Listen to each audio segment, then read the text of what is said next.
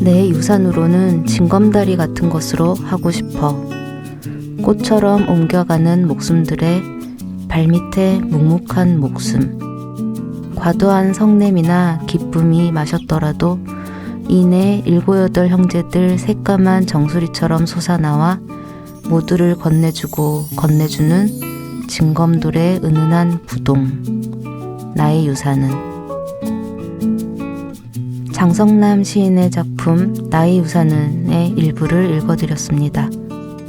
죽음을 항상 염두에 두고 삶을 살아가진 않지만 우리에게도 언젠가는 생의 마지막 순간을 맞이할 때가 있겠지요. 내가 없는 세상을 위해 내가 남기고 갈 수 있는 무엇인가가 있다면 그것은 무엇이 되어야 할까요? 장성남 시인은 말합니다. 우리가 떠난 자리, 남은 누군가를 위해 유산을 마련할 수 있다면 그것은 서로를 건네주고 건네주는 징검다리 혹은 징검다리 같은 연대의 힘이 아닐까. 우리의 하루는 너무나 바쁘고 또 힘들겠지만 그럼에도 불구하고 반드시 지켜나가야 할 것, 꼭 잊지 말아야 할 무언가가 우리 내면은 있으니까요. 모두를 건네주고 건네주는 힘, 서로를 이어주고 또 이어주는 마음, 함께 기대고 또 기대는 이 징검다리라는 유산을 밟으며 오늘도 우리 모두는 같이 나아가고 함께 성장하는지도 모르겠습니다. 안녕하세요. 여러분의 문학라디오 문장의 소리입니다.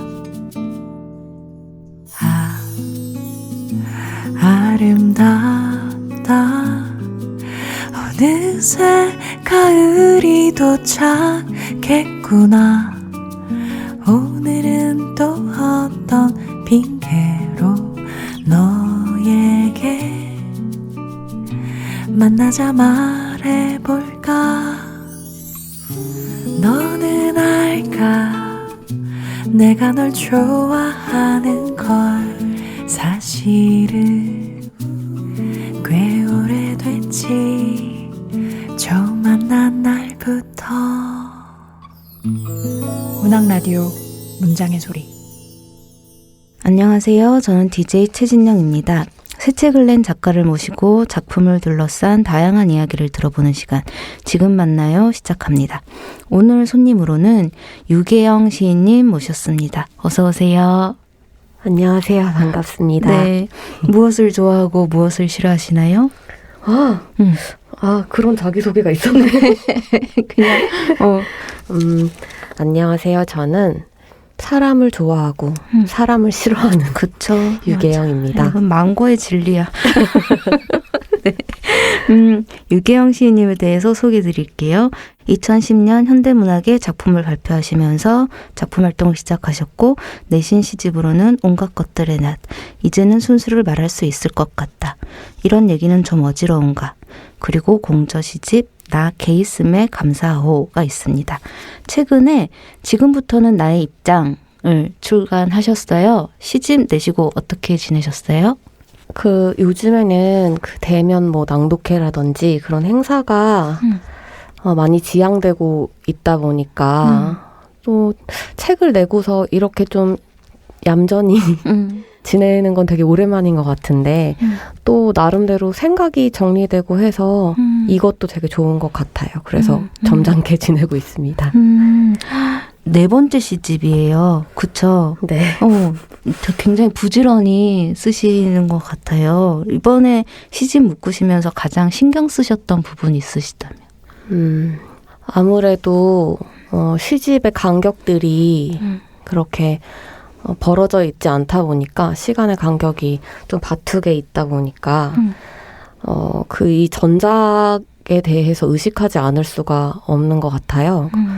너무 비슷한 질감의 시집을 내면 자기 반복밖에 안 되잖아요. 그래서 의식하고 있으면서도 또 그것은 제가 통제하기 어려운 부분이라는 생각도 동시에 해서 무엇보다 그 언어 자체를 좀 믿어보려고 하는 마음을 가졌던 것 같고요.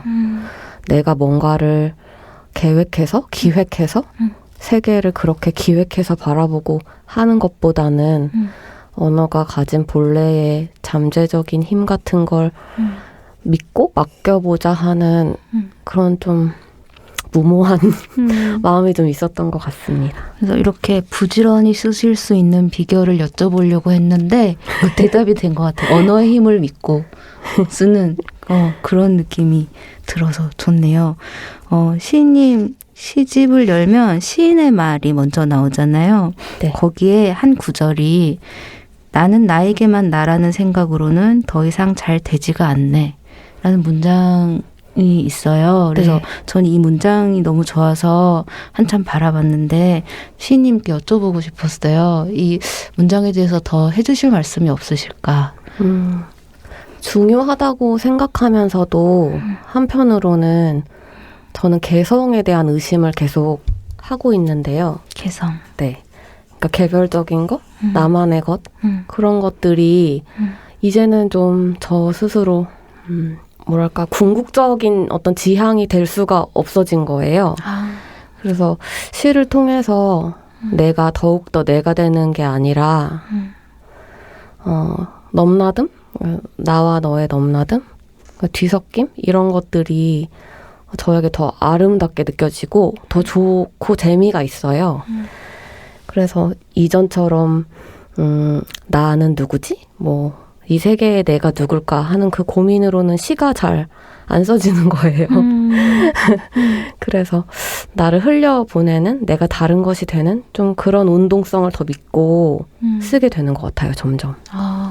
어떤 시기를 건너오신 것 같아요. 그러니까 말씀 그럴까요? 네, 건너오신 것 같다는 느낌이 들었습니다. 이번 시집 제목이 지금부터는 나의 입장인데요. 시집 수록작 중에 버거라는 네. 시의 19절 중에 일부죠. 네. 이렇게 제목을 삼으시게 된 이유와 버거라는 시에 대해서도 좀 말씀을 해주세요. 버거라는 시는 저의 그냥 좀 엉뚱한 몽상으로 시작된 시인데 집 근처에 원래 있던 학교를 헐고 학교 부지를 헐고 학교 부지가 팔려서 아파트 단지를 짓는 것을 목격했어요. 이게 빈터였을 때부터 집이 올라가는 그 과정을 봤는데 그 때마침 집 근처에 버거킹이 생긴 거예요. 네네.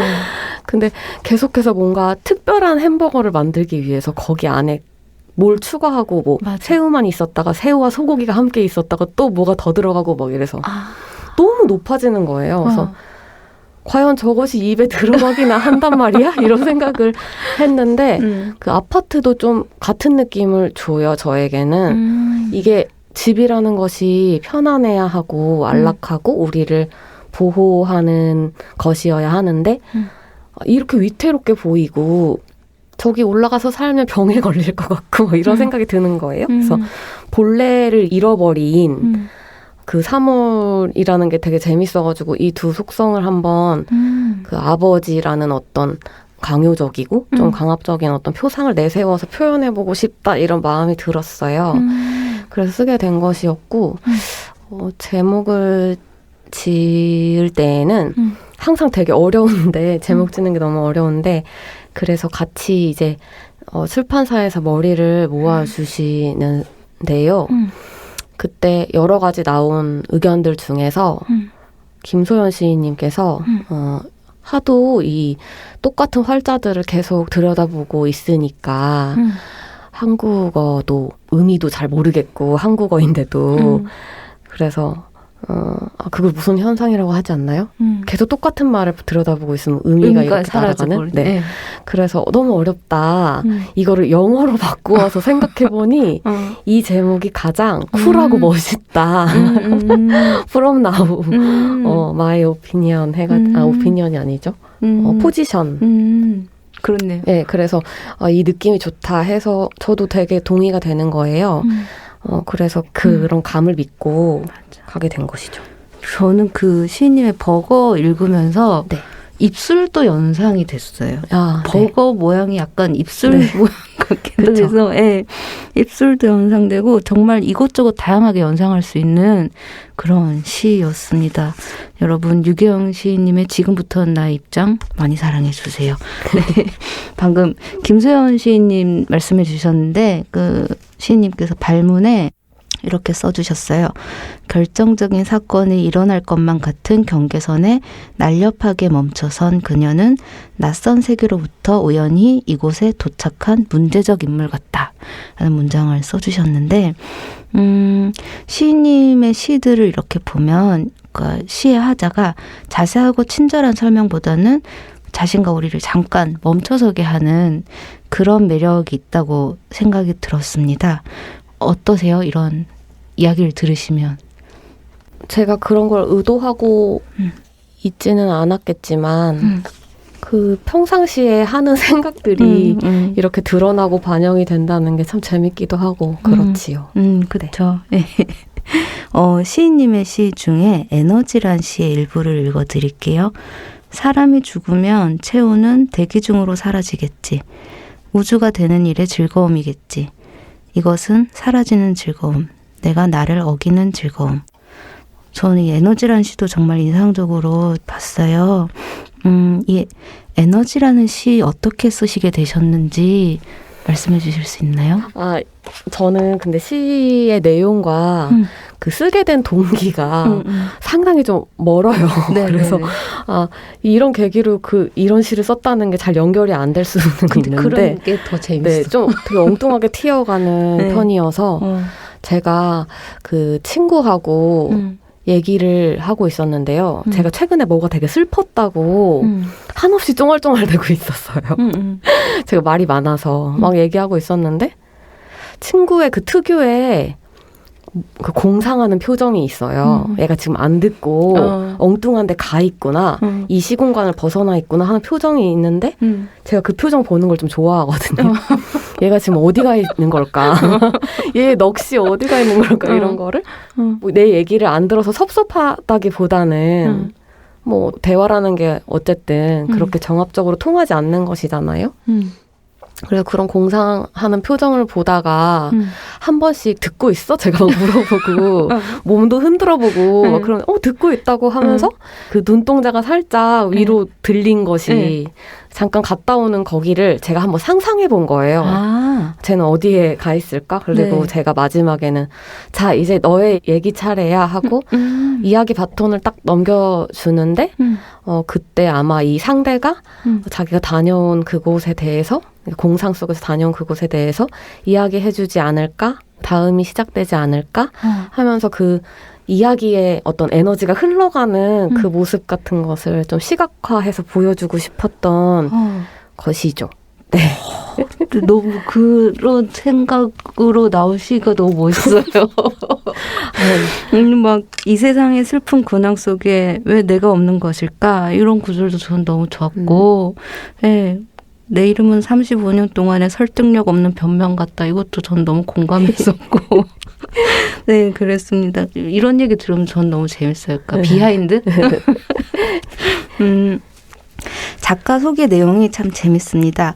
반려견 호두와 만난 이후로 동물에게도 마음이 있다는 사실을 알게 되었고 세상을 보는 눈이 완전히 뒤집혔다라는 내용이 있던데 그리고 또 발문에 보면 고양이 민지와 강아지 호두랑 놀면서 산다라는 문장도 있었어요. 네. 호두와 민지 소개해 주세요. 호두는 제가 부모님에게 얹혀서 살 때, 독립하지 못하고 살 때 같이 살고 지금 제가 결혼해서 독립을 해서 나왔는데 데리고 나왔어요. 제 혈육이라서 시추이고요. 민지는 결혼해서 살게 되면서 저의 반려자께서 고양이를 엄청 좋아해요.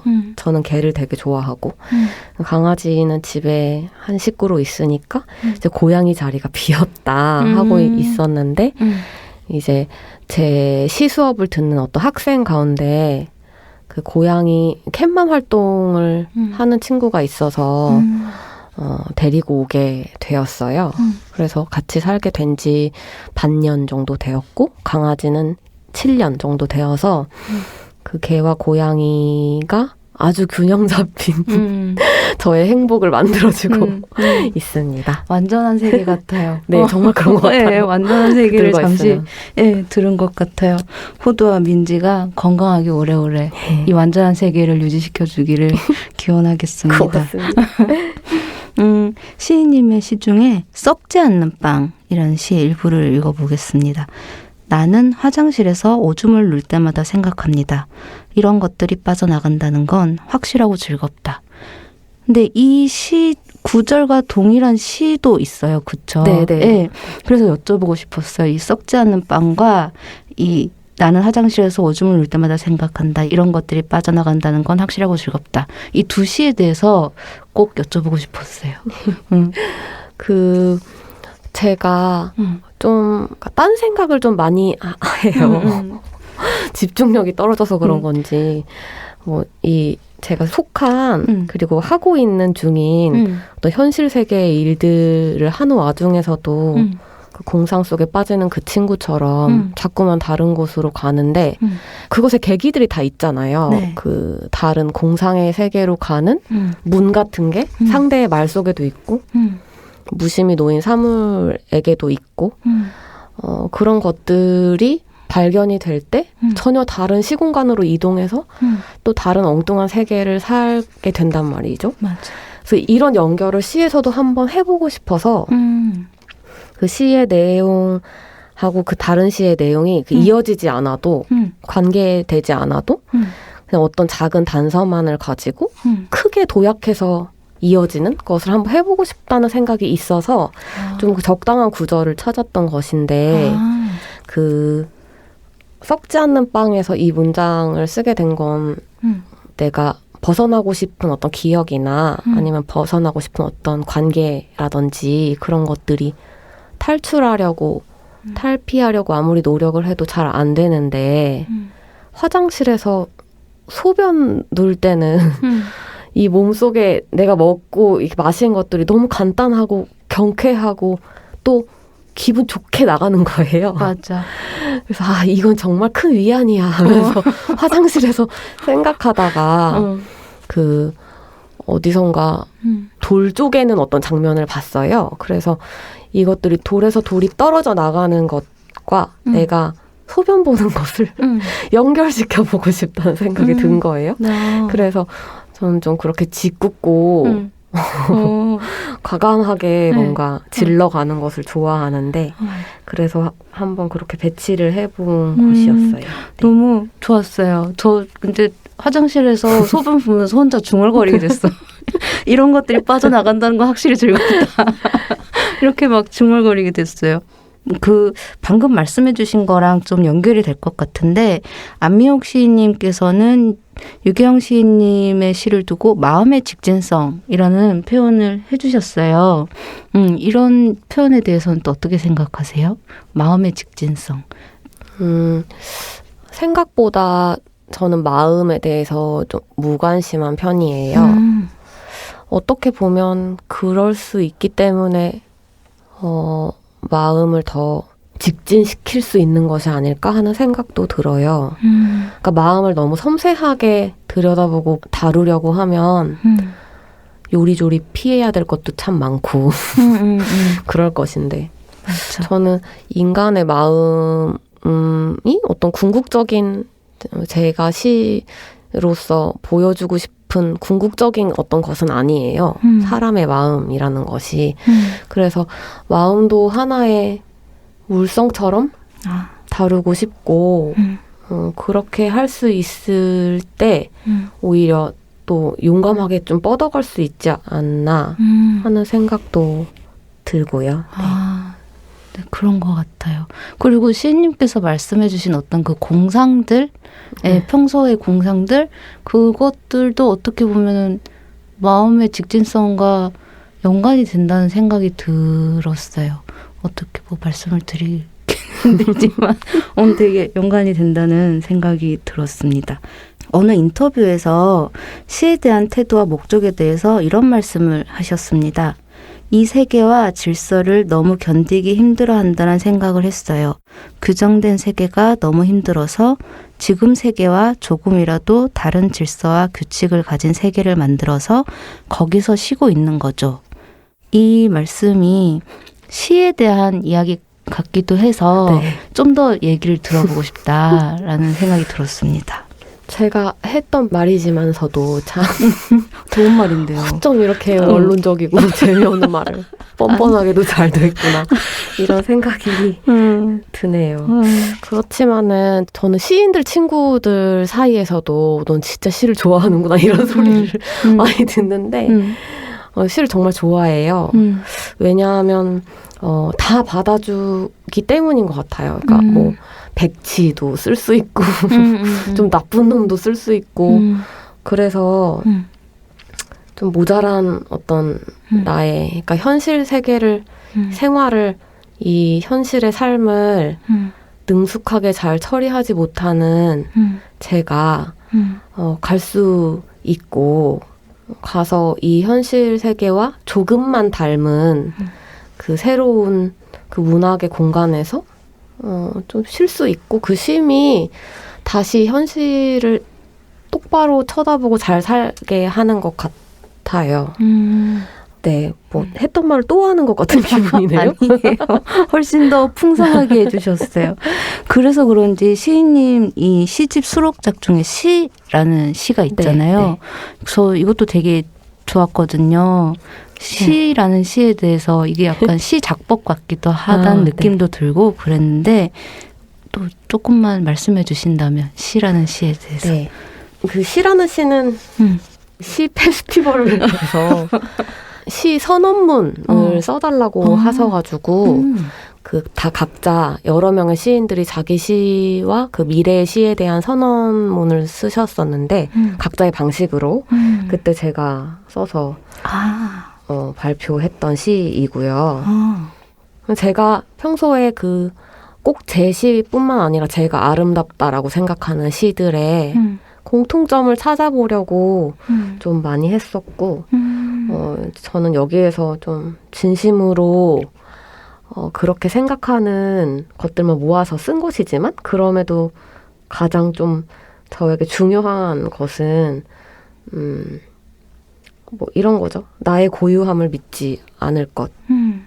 내가 가진 어떤 뭐 가진 게 뭐 대단하지도 않지만 이런 걸 다 누가 갖다 써도 좋다고 생각하고요. 그런 점들을 좀 보여주고 싶었던 것 같아요. 맞아. 그 흔해 빠질 것, 그러나 흔해 빠지는 것이 두려워 벌벌 떨 것. 이 구절도 저는 되게 좋았고 뭔가 어쩜 이렇게 명료하게 보여줄 수 있을까 시적으로 라는 생각이 들었습니다. 시인께서는 시를 직접 쓰시지만 가르치기도 하시잖아요. 예. 가르치는 유기형과 시를 쓰는 유기형은 많이 다를까요? 제가 시집을 거듭 내면서 특히 또 이번 시집이 너무 그 심적으로 힘든 거예요.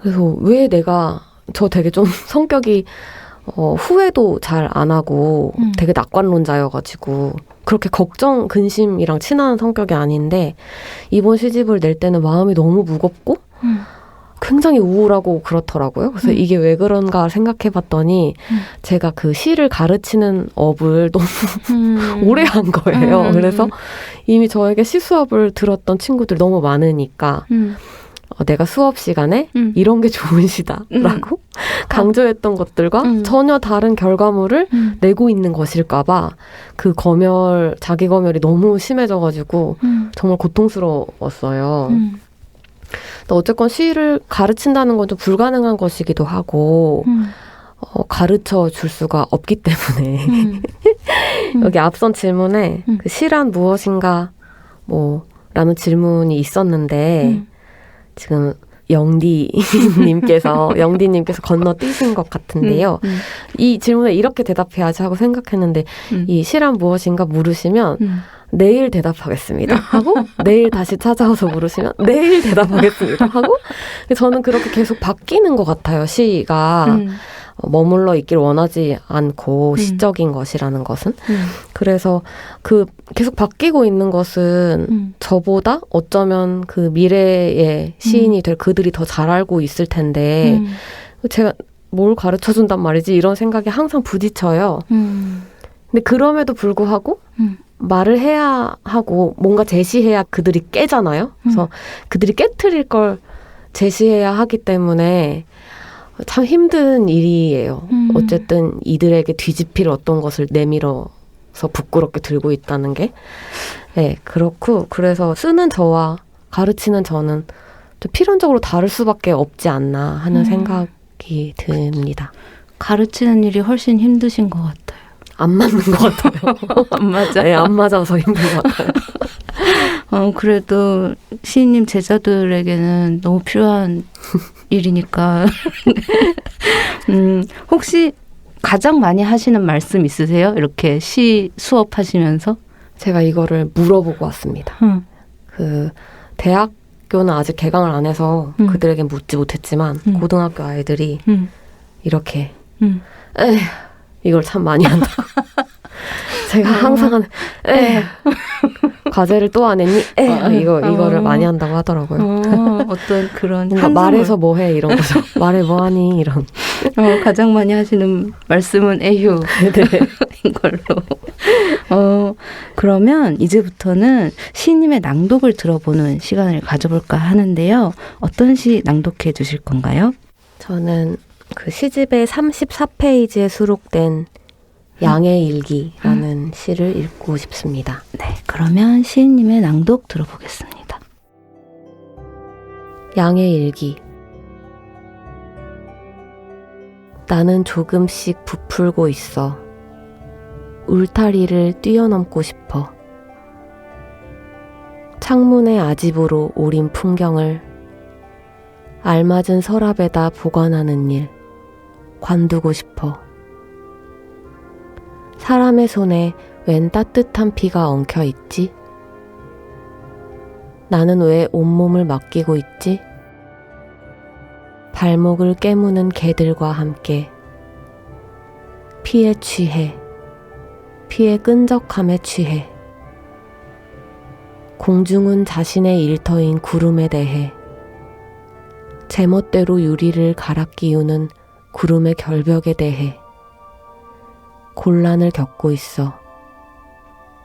나의 뿔 조금씩 꺼지고 있어. 덤불 속에 머리를 파묻고 양의 얼굴 서서히 마련되고 있어. 다양한 모자가 필요해졌지. 하나의 얼굴로 파다하겠지. 감사합니다. 이 시를 읽어주신 이유가 있으시다면? 제가 오늘 말을 많이 할 것만 같아서 좀 짧은 걸로 고르기도 했고 네. 저는 이상하게 그 써놓고 시집에서 특별히 사랑받고 많은 분들이 언급을 많이 해주시는 시와 제가 좋아하는 시가 일치하질 않아요 항상. 근데 이 시는 제가 좀 마음이 많이 가서 되게 고생하지 않고 빨리 쓴 시인데 뭔가 어떤 순간에 정말로 너른 들판에서 곧 털 깎일 양이 되어서 목동에게 발목이 탁 잡힌 어떤 그런 심정으로 엄청 빨리 쓰게 된 시여서 계속 그 썼던 순간이 기억에 남아요. 그래서 한번 읽어보았습니다. 네, 감사합니다.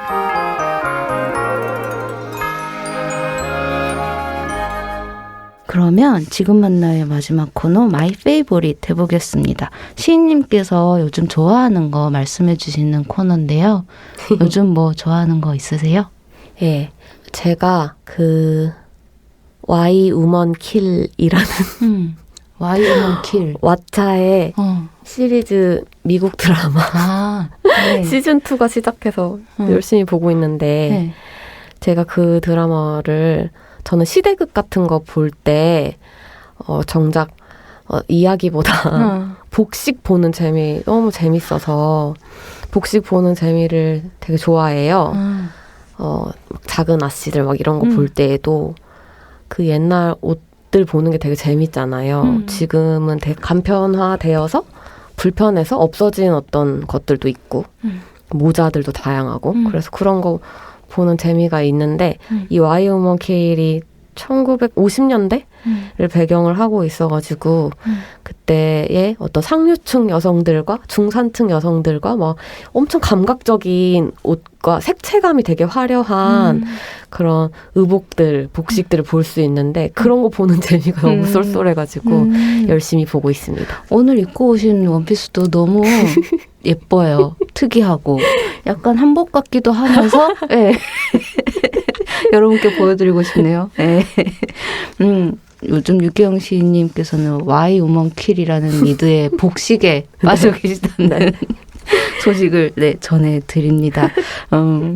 저는 시인님 시 중에 울로 만든 모자라는 시 중에 이런 구절 있잖아요. 나는 가난하고 아름다운 나라의 작은 사람들을 지켜주려고 왔다. 빛나는 총 한 자루를 차고 왔다.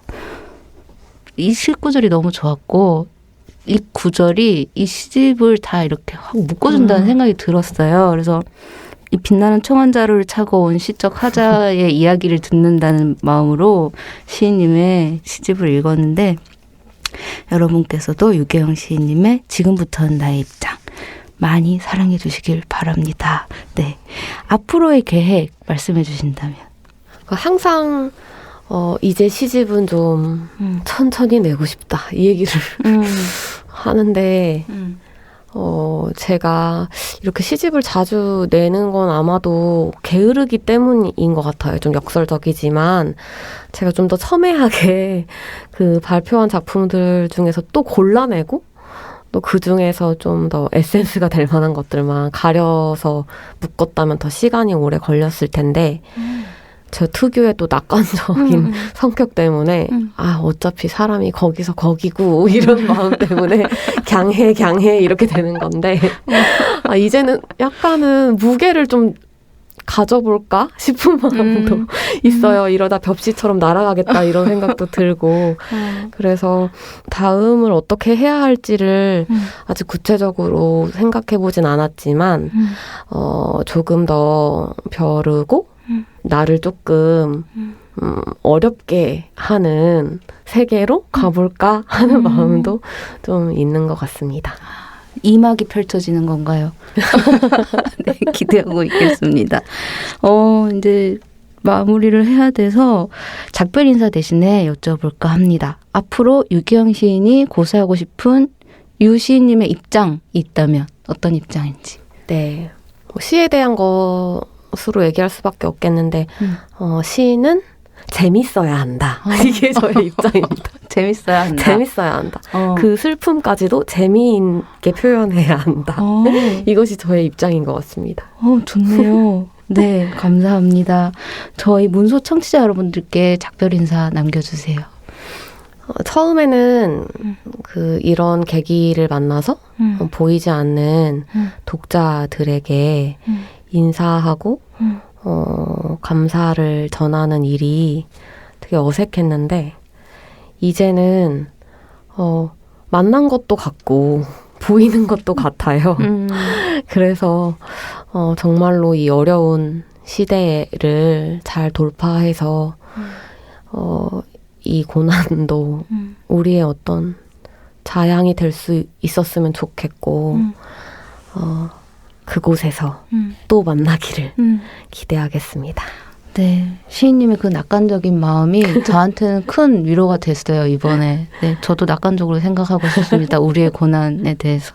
오늘 나와주셔서 감사합니다. 네, 고맙습니다. 유기영 시인님 보내드리고 저는 잠시 뒤에 돌아올게요. 오후에 따뜻한 햇살 자꾸 당신을 데리고 오네 버릴 수 없었던 그날 그 기억들 아직 저 빛들 속에 숨어있나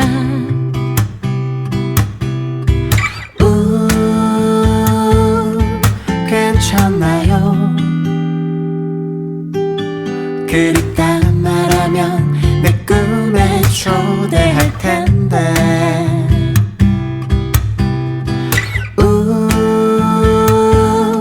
괜찮아요.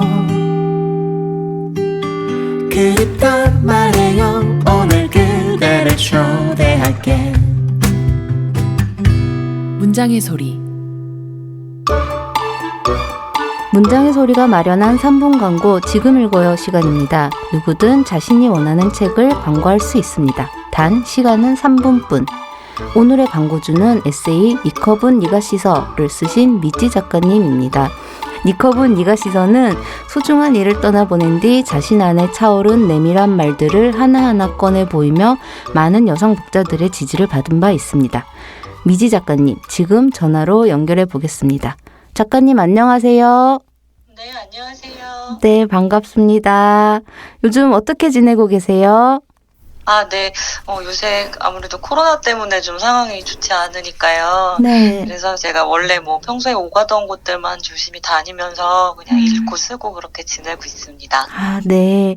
그러면 요즘은 어떤 주제의 글을 쓰고 계신지 궁금한데요. 작가님의 다음 책을 기다리는 독자들에게 기뜸을 좀 해주신다면. 네.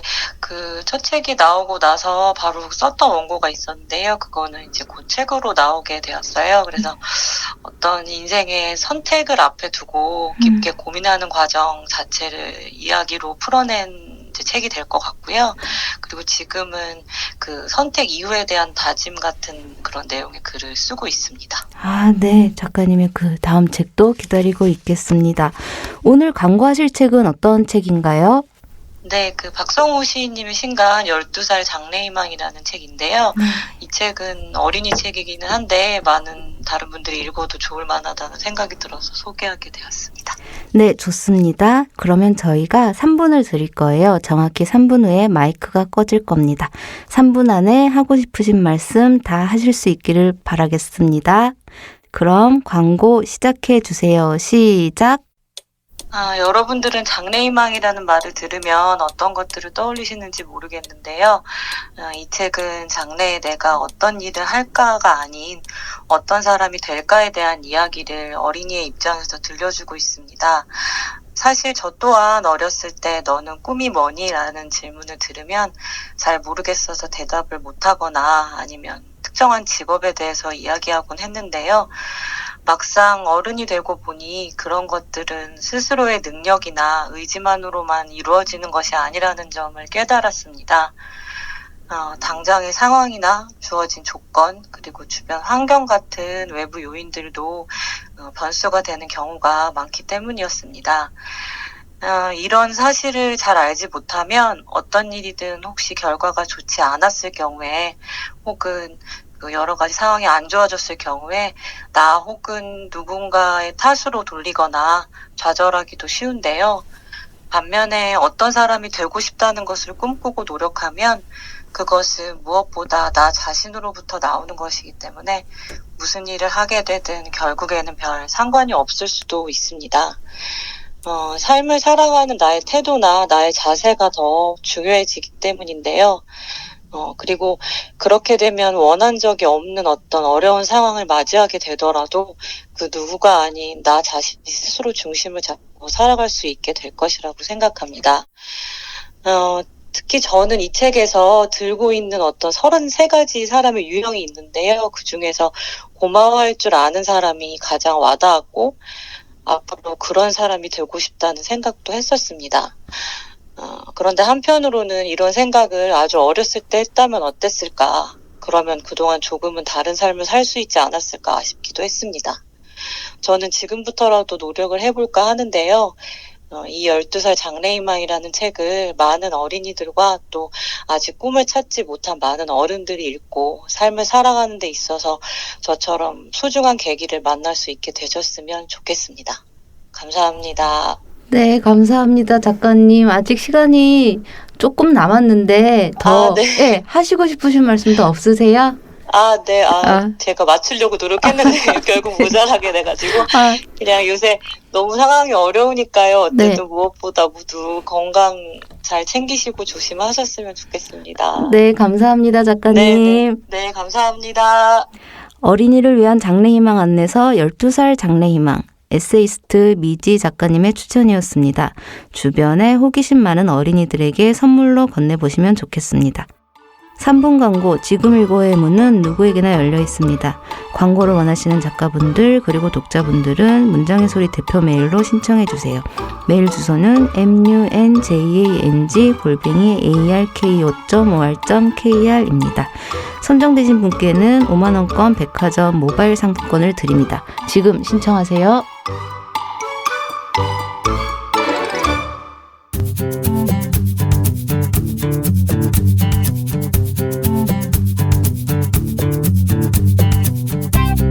문장의 소리 2부 작가들의 수상한 취미생활 본업인 글쓰기 외에 전문가 못지않은 방대한 지식을 자랑하는 작가들의 취미생활에 대해 이야기 나누는 시간입니다. 오늘은 장은석 평론가님 모셨습니다. 어서 오세요. 안녕하세요. 저는 평론을 쓰고 있는 장은석입니다. 목소리 너무 좋으세요. 네. 감사합니다. 네. 장은석 평론가님에 대해서 소개를 드릴게요. 2009년 평론 포개지는 우주 그 떨림의 시작으로 중앙일보 중앙신인문학상을 수상하면서 평론가로서 활동을 시작하셨고 평론집 리드미카 시의 맛과 향과 힘이 있습니다. 요즘은 어떻게 지내고 계세요? 예, 요즘 다들 비슷하시겠지만 코로나 때문에 뭐 많이들 다 어렵게 지내고 계실 것 같은데 저도 최근에 자가격리를 한번 한 적이 있었어요. 네. 그래서 아주 넓은 공간에서 그냥 운동을 했을 뿐인데 마스크도 다 착용하고요.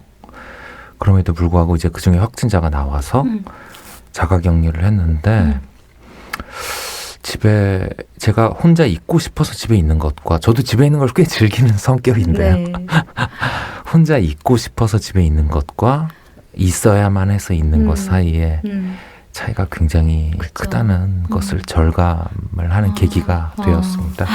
고생하셨겠어요. 답답하셨을 것 같아요. 굉장히 답답하더라고요. 네. 뭐 이 스마트폰에 뭘 많이 깔아서 다 추적을 당하고 하니까 어려웠습니다. 그런 과정을 거치시고 이렇게 나와주셔서 감사합니다. 감사합니다.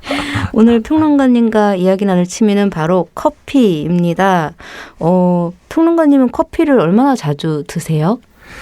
뭐 굉장히 자주 마시는 것 같아요. 거의 하루에 4-5잔 정도는 마시는 것 같고요. 그렇게 저는 카페인에 그렇게 민감하지도 않은 것 같습니다. 그래서 네. 오히려 그 카페인이 없으면 좀 어려울 정도가 된 것 같아요, 이제는. 저도 그렇습니다. 카페인 노예. 네, 카페인을 마시지 않으면 짜증이 늘고. 그렇죠. 글도 잘 안 되는 것 네, 같고 왠지 글도 안 다 되고. 핑계겠지만 머릿속에 안개가 낀 것 같고. 그렇죠. 그런 느낌 저도 잘 압니다. 네. 그러면 평소에는 뭐 어떻게 에스프레소를 내려 드세요? 아니면 핸드드립으로 드세요? 어떤 식으로 많이 드시는 편이세요? 보통 패턴이 좀 있는 것 같아요. 아침에 눈을 뜨면 바로 저는 이제 그 음성으로 이렇게 명령을 내리는 이런 거를 집에 해놨는데 커피 머신을 키라고 한 다음에 샤워실에 들어가고요. 그리고 샤워실에서 나오면 커피 머신이 적당하게 예열이 되어 있죠. 그러면 아주 뭐 더블샷 정도로 도피오 정도로 에스프레소를 진하게 네. 아침에는 내려서 마시고요. 네. 그리고 뭐 오후 정도가 됐을 때 주로 좀 연한 드립을 마시고요. 그리고 저녁 때가 됐을 때 아주 풍부한 라떼, 벨벳 밀크가 좀 가득한 라떼 뭐 이런 패턴으로 거의 좀 가는 것 같습니다. 되게 이탈리아 귀족 같으세요. 말씀을 듣는데 되게 레벨이 다르다는 생각이 들었습니다. 그럼 어떤 계기로 커피에 빠지게 되신 거예요? 저도 처음에 시작은 드립 커피로 시작을 했던 것 같아요. 굉장히 오래돼서 언제였는지 정확히 기억이 나진 않지만 이렇게 국내 커피에 대한 붐이 좀 불기 전에 당시에 이제 칼리타 드리퍼를 구하기가 힘들어서 일본에서 이렇게 사왔어야 하는 그런 때 이제 우연치 않게 그 어떤 아는 분으로부터 그분이 아마 뭐 1세대 바리스타 보헤미안이라는 카페를 하시는 그 바리스타의 제자분이셨던 것 같은데 그분에게 그 드립하는 것을 알게 됐고요. 그 이후로 이제 점점점 더 관심이 생기다가 뭐 유튜브로 이제 여러 곳을 많이 찾아보고요. 그래서 그 에스프레소의 매력, 에스프레소가 절대 쓰고 맛없는 커피가 아니다라는 사실, 그리고 나아가서 이제 라떼아트까지 하게 되는 네. 그런 과정을 쭉 한 10여 년 동안 겪어왔던 것 같습니다. 그러니까 저도 평론가님 라떼아트 사진을 봤는데 예. 너무 아름답더라고요. 아, 감사합니다. 그 요즘은 직접 로스팅 하시는 분들도 있으시잖아요. 그렇죠. 예. 그래서 평론가님께서는 이런 관련 공부를 하신 건지 아니면 취미로 즐기던 것이 전문가가 되는 건지 여쭤보고 싶었어요. 그렇죠. 그리고 요즘은 뭐 저희 학교 학생들도 보면 무슨 그런 자격증이라 그래서 이제 굉장히 엄격하더라고요. 자격증 따는 과정도 제가 봤는데, 근데 뭐 저는 그런 걸 따로 한 건 아니고요. 대신 이제 다양한 유튜버들을 많이 찾아봤어요. 무슨 뭐 바리스타 대회 1등 한 사람도 있고 월드 바리스타 대회라는 게 있거든요. 또 드리탄이라는 그 유명한 뭐 바리스타들도 있고, 그리고 뭐 꼭 유명한 사람이 아니더라도 뭐 좀 이렇게 소박하게 자기가 자기 카페를 하면서 브이로그 같은 것도 하고 유튜브도 같이 하시는 그 여러 가지 레벨의 다른 분들의 유튜버 같은 것을 좀 계속 보면서, 그리고 연습을 많이 했죠. 그쵸. 결국은 혼자. 그런 라떼아트 예. 완성하려면 예. 얼마나 연습해야 돼요? 보통 저희들이라고 하면 제가 이상한데 네. 업계 종사자도 아닌데 보통 하는 사람들 말로 농담처럼 이렇게 얘기합니다. 소 한 마리 분량 우유는 써야 된다. 이런 얘기를. 우유를 수백 통을 썼죠, 초반에. 예. 그 집에 그 장비가 다 있으신 거잖아요. 스팀기 같은 것도 다 있으신. 그렇죠. 아주 카페에서 사용하는 그런 거대한 머신은 아니고요. 네. 가치아라는 회사에서 이탈리아에서 처음으로 가정용 머신을 만들었던 회사인데 거기서 나온 클래식 버전 모델 머신이 있는 거고요. 그래서 카페처럼 아주 스팀 압력이 강하지가 않아서 좀 어렵지만 많이 연습하다 보면 거기에 이제 길이 들여지는 거죠. 그러니까 아까 스튜디오 밖에서도 홈카페라고 표현을 하셨어요. 메뉴판이 따로 있다. 이렇게 정말 그 멋진 취미 그 공간도 마련하신 것 같아요. 예. 너무 멋있다는 생각이 듭니다. 그렇다면 장은석 평론가님의 커피에 대한 사랑이 어느 정도인지 알아보기 위해서 질문 몇 가지를 준비했습니다. 제가 읽어드리는 내용을 들으시고 yes 또는 no로 대답해 주시면 됩니다. 준비되셨나요? 네. 좋은 원두를 구하기 위해서라면 산도 바다도 건널 수 있다. 이건 전 아닌 것 같아요. no. 예. 부드러운 거품 위에 완벽한 나무잎과 하트를 완성했을 때의 기쁨은 좋은 시를 만났을 때 느끼는 기쁨 못지않다. 못지 않다. 뭐 좀 거기는 못 미치죠. 좋은 시를 만났을 때. 예, no. 예. 언젠가는 나만의 카페를 열고 싶다. 이것도 노입니다. no. 네. 모든 no가 나왔습니다. 네. 이제부터 yes or no 대답하신 내용을 살펴보도록 하겠습니다. 원두 얘기 저희가 했어요. 예. 커피의 맛이나 향 그리고 산도 원두에 따라 다 다르잖아요. 그렇죠. 어떤 커피 좋아하세요? 그래서 원두 같은 경우는 사실 여기 이제 뭐 좋은 원두 이래서 우리가 무슨 스페셜티 원두 뭐 아주 가격이 비싼 것도 있고 많이 있지만 와인도 마찬가지고 커피도 마찬가지고 결국은 어떤 자신의 취향을 찾아가는 과정인 것 같고요. 누군가에게는 아주 그 비싼 모루아 커피라고 할지라도 그게 안 맞을 수도 있는 맞아. 거고, 누군가는 동네에서 이렇게 잘 로스팅한 그 원두가 아주 가슴속 깊이 스물 수도 있는 거고요. 그러니까 그런 측면에서 보자면 사실은 뭐 어떤 게 더 뭐 가격이 비싸서 더 좋다 이렇게 말하기는 좀 어려운 것 같고, 맞아. 결국은 자기 자신의 취향을 찾아가는 하나의 과정, 그 과정을 즐기는 즐거움, 이런 것들에 푹 빠지는 게 오히려 더 매력이 아닌가 생각이 드네요. 맞아요. 저는 에티오피아 내추럴 그중에 아리차 딱 그냥 있거든요. 거의 확실히 오셨군요. 네. 저도 에티오피아 계열의 네. 원두를 굉장히 좋아합니다. 그래서 제일 개성 있고 그냥 그렇더라고요. 예. 뭐랄까 편차가 심한 것 같지도 않고 뭐 그런 그렇죠. 네, 느낌. 근데 그리고 에티오피아 계열의 신맛이, 그러니까 그 아주 잘 만든 에스프레소 한 잔은 아까도 결코 쓰지만 않다고 제가 음. 말씀드렸잖아요. 단맛과 쓴맛, 신맛과 맞아. 뭐 고소한 맛이 아주 밸런싱을 리듬을 잘 이룰 때 가장 맛있는 에스프레소 한 잔이 되는데 그럴 때 그 에티오피아 계열 콩이 다른 그런 콩들과 굉장히 잘 어울리는 특성이 있는 것 같아요. 아, 그렇구나. 그래서 참 좋습니다.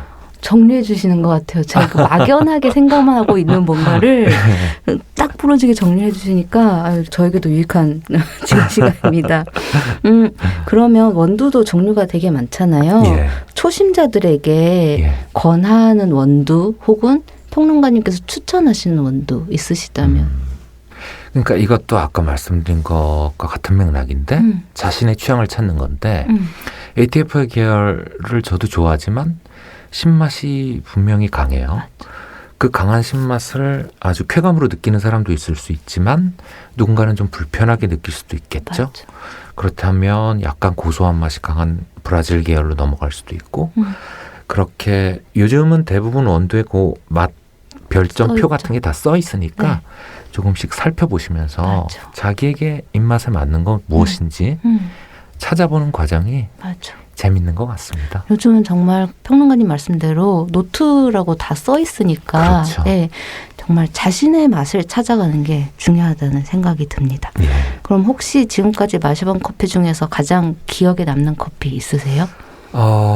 저는 아무래도 스페셜 이렇게 말하면 아까 말과 좀 다른가? 스페셜티 커피 중에 네. 하와이안 코나가 네. 참 근사한 맛이었던 것 같아요. 그게 거의 세계 3대 커피 중에 하나. 사실 그렇죠. 그렇죠. 예. 예. 근데 이렇게 말하면 또 아까 뭐 가격하고 관계없다는 말 아 근데 3대가 된 데는 다 이유가 있으니까. 이유가 있습니다. 예. 이유가 있어요. 네, 맞아요. 언제 드셨어요, 그 커피는? 하와이안 코나 한 4-5번 누가 아주 귀한 분이 선물 주신 적도 있고 제가 뭐 구입을 한 적도 있고 이랬는데 아주 제가 아까 말했던 그런 치우치지 않는 맛이요. 밸런싱이 굉장히 아주 잘 돼 있는 맛인 것 같았습니다. 맞아요. 그러니까 정말 가장 좋은 건 그 균형감인 것 같아요. 뭐든지. 예, 그게 레벨을 정하는 것 같다는 생각이 또 들었습니다. 라떼 아트 얘기도 저희가 나눴는데요. 그 라떼 아트는 우유 거품을 이용해서 커피 위에 그림을 그리는 거잖아요. 예. 특히 거품을 좋아하신다고 들었어요. 그렇죠. 모든 종류의 거품을 좋아하신다고. 이건 어떤 얘기인가요? 그러니까 이렇게 그냥 보통 거품이라고 말하면 오해할 수가 있을 것 같은데 막 이렇게 크게 보이는 거품이 아니라요.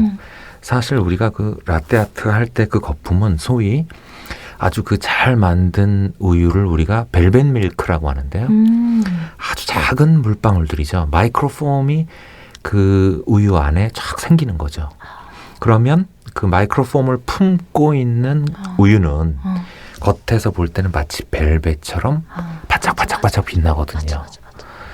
그런데 우리 눈에 사실은 거품은 보이진 않죠. 그렇지만 그 안에는 그런 아주 미세하고 작은 거품들이 엄청나게 요동치고 있는 거죠. 그죠? 그것이 밀크를 윤기나게 만들어주고 그리고 그것이 커피 안으로 자연스럽게 섞여 들어갔을 때 그 무뚝뚝하고 좀 잠겨있는 맛을 극대화시키고 더 활성화시킨달까? 아주 그리고 부드럽게 만들어주는 거죠. 입안에 들어갔을 때. 맞아. 이런 역할을 하는 거품을 이야기했던 겁니다. 사실. 거품의 중요성. 그렇죠. 거품이 불러오는 어떤 그 정말 극대화. 그렇죠. 우리가 뭐 보통 거품이 끼었다고 할 때는 좀 사실 부정적인 뉘앙스로 많이 사용을 하지만 그렇지만 커피의 거품은 다르다. 전혀 다르다는 다르죠. 거죠. 그렇죠? 맞아요. 네. 격하게 공감합니다.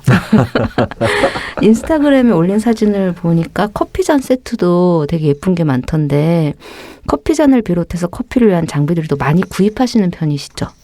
그렇죠. 아무래도 왜 우리가 그 와인 같은 것도 보면 뭐 부르고뉴 와인을 위한 이렇게 볼이 넓은 잔, 뭐 아니면 샴페인을 위한 좁은 잔 이런 것들이 그냥 다 멋만을 위해서 생긴 것이 아니라 사실은 그 맛을 극대화하기 위한 것이거든요. 마찬가지로 커피도 라떼아트를 하기 위해서 이렇게 아주 넓고 큰 잔 이런 것도 있고요. 에스프레소의 그 곡선을 정확히 만들어서 에스프레소가 잘 섞이도록 만든 잔 이런 것도 있고 뭐 카푸치노를 위한 잔도 있고요. 각 브랜드마다 그 각도들 곡선의 각도들도 조금씩 다르거든요. 그러다 보니 아무래도 많이 구비를. 많이 구매하게 되는 것 같습니다. 그렇죠. 그게 또 재미죠. 그렇죠. 그게 재미인 것 같아요. 그러면 커피를 찾아서 카페에 자주 가시는 편이세요? 아니면 직접 내려 드시는 게 훨씬 좋으신 편이세요? 그러니까 이 정도까지 커피를 만들게 되기 전에는 저도 많이 찾아다녔는데 지금은 아무래도 집에서 더 많은 실험을 해보는 편이죠. 집에 장비도 다 있겠다. 그렇죠. 내가 좋아하는 잔도 있고. 그렇죠.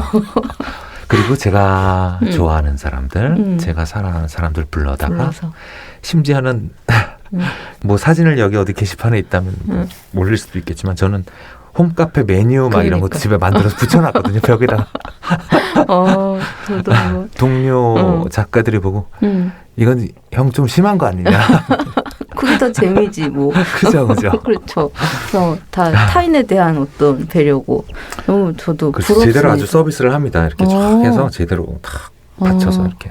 즐거울 것 같아요. 그런 시간들. 그렇죠. 네, 즐거운 시간일 것 같아요. 저희가 사실은 원래는 커피가 아니라 와인으로 모시려고 했었는데 이렇게 또 커피로 주제가 바뀌긴 했는데 와인도 좋아하신다고 들었어요. 예. 와인을 디캔터에 옮길 때 순간을 좋아하신다고. 그렇죠. 그러니까 여기도 일종의 거품 같은 게 있는 거거든요. 그 디캔터라는 것을 왜 사용하냐면 사실은 와인도 그 와인병 속에 담겨서 코르크 마개가 닫힌 다음에 오랜 시간 동안 숙성이 되죠. 그 안에서 이제 새로운 맛이 그 안에 잠재되어 있지만 그 맛이 공기와 만나고 그 디캔터 안에서 막 흔들리면서 활성화가 되고 그래서 그 잠재력이 이제 바깥으로 확 뿜어져 나오게 만들어주는 것이 디캔터의 매력이죠. 거기에도 약간의 거품이 이제 생기면서 공기와 와인 방울과 거품이 이렇게 막 섞이면서 마치 잠자고 있던 와인의 잠재력이 발산하는 그런 역할을 디캔터가 해준다 할까요? 산소를 만나는 그 순간부터 그렇죠. 또 달라지니까. 예. 평론가님 얘기를 듣다 보니까 커피나 와인 모두 맛과 향이 스미는 순간을 좋아하신다는 생각이 듭니다. 예. 이 같은 취미가 문학적 영감을 주거나 직업에 직접적으로 영향을 미친 지점이 있을까요? 그렇죠. 아무래도 그런 것 같습니다. 그러니까 그 접촉을 하면서 제가 이제 그 리듬이라는 얘기를 좀 많이 하는 편인데 각자가 서로가 가진 우리가 리듬이 다 있잖아요. 그 서로 다른 종류의 그런 리듬들이 서로 겹치고 얽히기도 하고 다시 풀리기도 하고 또 서로에게 스미기도 하고 이러면서 이렇게 멀리 뻗어나가면서 또 같은 새로운 리듬을 만들어 나가는 그런 과정 그런 것들이 방금 아까 말했던 그런 벨벳 밀크의 원리라든가 와인의 원리와도 결국은 맞닿는 지점이 있다고 말할 수 있을 것 같아요. 네. 예. 어떤 건지 느껴져요. 그 과정들이. 여기 그 제가 보내드린 것을 조금 잠깐 읽어보면 네. 예컨대 와인을 디캔터로 옮길 때 공간으로 퍼지는 향, 투명한 디캔터 안에서 빛나는 와인의 오묘한 빛깔, 그것을 둘러싸고 모인 사람들의 낮은 음성과 흥미로운 숨결의 교환, 사람들의 마음이 조금씩 풀어지면서 온도에 따라 미묘하게 달라진 와인의 맛처럼 말과 대화의 뉘앙스가 점차 변하는 것, 와인이 흔들리면서 거품을 내는 소리, 시간을 머금은 와인이 어두운 병 속에서 깨어나서 점점 자신의 맛과 향과 빛깔을 찾아가는 과정 같은 것, 이 모든 것들이 이루는 조응을 대단히 좋아합니다. 네. 이걸로 설명할 수 있을 것 같습니다. 네. 멋있습니다. 예. 네. 그러면 이어서 낭독 시간을 이어서 가져볼까 해요. 예. 이 분위기를 이어서 예. 어떤 부분 문장을 읽어주실 건가요? 그래서 제 책에 그 서문 부분에 좀 제가 이 책 전체에서 하고 싶었던 이야기들을 최대한 간추려서 적어놓은 부분 중에 네. 일부분을 좀 한번 읽어보려고 합니다. 네, 그러면 평론가님의 낭독 들어보겠습니다. 특유의 맛과 향을 잃어버린 말들, 생기 없는 언어는 스스로 탐색하는 동력을 잃는다. 사유로 나아가지 못하고 단순한 진술에 머물거나 심지어 진술이 되지도 못하는 말들 사이에 형성되는 낯선 힘이야말로 리듬의 가장 중요한 자질이다. 리듬은 시의 장식이나 시로 향하게 만드는 통로가 아니라 말과 사람과 세계를 연결하고 그들이 함께 진동하며 변화를 겪을 수 있게 만드는 원동력이다. 리듬은 자신만의 느낌에 갇혀서 고통에 시달리는 사람을 새로운 가능성의 지경으로 한 발 내디딜 수 있게 만든다. 불확실한 느낌은 때때로 얼마나 강요되는가. 또 얼마나 많은 사람들이 거기에 기대어 편을 나누고 강고한 의미를 부여하는가. 시의 리듬 속에서 우리의 말과 생각은 함께 반응하며 천천히 퍼지고 섞이다가 마침내 조금씩 무르익는다. 한 편의 좋은 시를 읽는 순간은 얼마나 멋진가. 좋은 시는 우선 마치 아름다운 한 곡의 음악처럼 우리에게 감각적으로 스민다. 일시적 매혹의 감각은 리듬을 이루면서 비로소 분명한 맥락으로 발전한다. 빨라지다가 느려지고 쉼표에 머물다가 마침내 폭발하는 글의 리듬을 따르다 보면 미처 가늠하지 못했던 영역으로 인식의 지평이 확장된다. 좁고 불확실한 경험의 세계 넘어 아득한 곳으로 몸과 마음이 한없이 뻗는다. 이처럼 좋은 시의 리듬은 사소한 일상으로부터 하나의 우주와도 같이 무한한 곳으로 우리를 이끈다. 우리가 인지하지 못하던 낯선 감각을 따라 새로운 사유의 힘에 이끌리는 놀라운 체험을 가능하게 만드는 것이다. 감사합니다. 너무 우아해요. 우아한 시간이었어요. 감사합니다. 시 얘기를 읽어주셨으니까 예. 보통 이렇게 시에 있는 해설을 어려워하시는 독자분들이 있으시잖아요. 평론가님께서 그런 분들에게 이제 어떤 조언을 해주신다면 시를 읽는 방법과 시에 붙는 해설과 이런 것들에 대해서. 그렇죠.